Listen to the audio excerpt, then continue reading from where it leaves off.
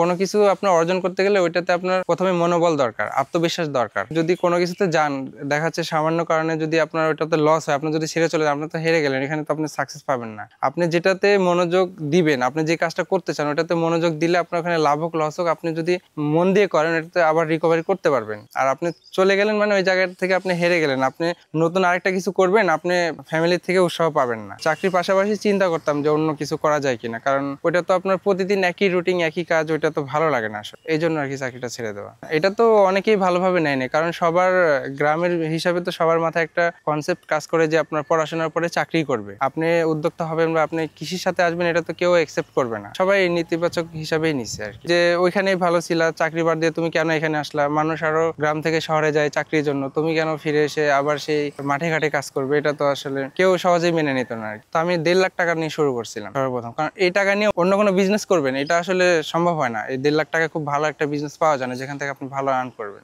আমি ভিন্ন কিছু চিন্তা ভাবনা করে আমি সবজিটা চাষ শুরু করি।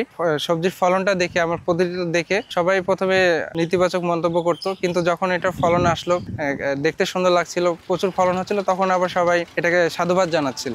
প্রথম বছর আমার যেটা হয়েছিল, আমি যে ইনভেস্টটা করেছিলাম, আমি এটা রিটার্ন যখন পুরোটা পাইছিলাম, তো আমার জমিতে প্রচুর পরিমাণে সবজি ছিল, তখন প্রাকৃতিক একটা দুর্যোগ হয়, শিলাবৃষ্টি, আমার পুরো মাঠটাকে একবারে কোচাই দিয়ে গেছিল, এখানে পুরোটাই লস প্রজেক্ট ছিল আমার। আমি যেটা ইনভেস্ট করছি ওইটা পাইছি, কিন্তু প্রফিটে যাইতে পারিনি। ওইখান থেকে আমার এলাকাবাসী যারা ছিল তারাই বেশি কষ্ট পেয়েছিল আমার থেকে বেশি, যে এত কষ্ট করে এটা করলাম, আমি এখান থেকে বেনিফিট নিতে পারলাম। তো আমার মনোবল ছিল অটুট, আমি ওখানে ভেঙে যাইনি। নাটোর অঞ্চলে তখন তরমুজটা চাষ হয় না, 12 মাসের তরমুজটা এখানে চাষ করি। তো 3 বিঘা জমিতে অনেক সুন্দর তরমুজ হয়েছিল, আমি প্রায় 6 লাখ টাকার মতো তরমুজ বিক্রি করেছিলাম। চেঞ্জ করলাম, আমার ভিতরে আসলে আমার বয়সটা কম ছিল, আমি একটাতে আটকায় থাকতে চাচ্ছিলাম না, অনেক কিছু নিয়ে মানে চিন্তা ভাবনা করতাম যে আরো কি কি করা যায়। তো ওইটার পরে আমার মাথায় আসলে ক্যাপসিকামের বিষয়টা। ক্যাপসিকামটা বাংলাদেশে নতুন, ওইটা চাইনিজ বা সুপার শপ গুলোতে যায় বেশি। তো ওইটার অনেক সময় অনেক রেট হয়, দেখা যাচ্ছে 400 থেকে শুরু করে 1800 টাকা পর্যন্ত হয়। ওটা চাহিদার উপর নির্ভর করে, আমদানির উপর নির্ভর করে এরকম বাজারটা থাকে। তো আমি তখন ওইটা নিয়ে কাজ শুরু করলাম। ক্যাপসিকামটা মোটামুটি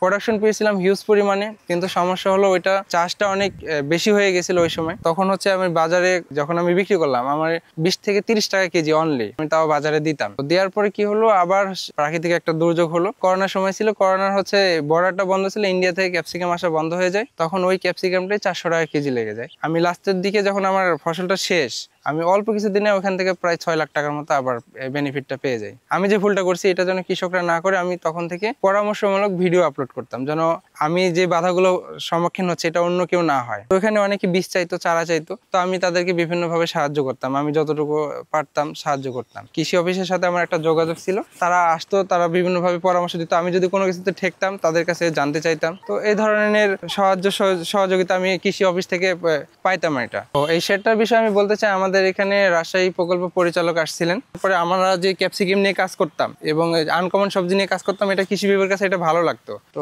তখন উনি দেখলেন যে আমি একটা উদ্যোক্তা, তখন এই প্রকল্পটা হচ্ছে নতুন শুরু করে রাজশাহী কৃষি অঞ্চলে। তো প্রতিটা জেলায় ভালো ভালো উদ্যোক্তা খুঁজতেছিলেন যে কাজের মাধ্যমে পলি হাউসটা বাস্তবায়ন করা যায়। তো তখন প্রকল্প পরিচালক আমাকে চুজ করে। তো আমি এখানে সর্বপ্রথম ক্যাপসিকাম চাষ করেছিলাম পুরো জমিটাতে।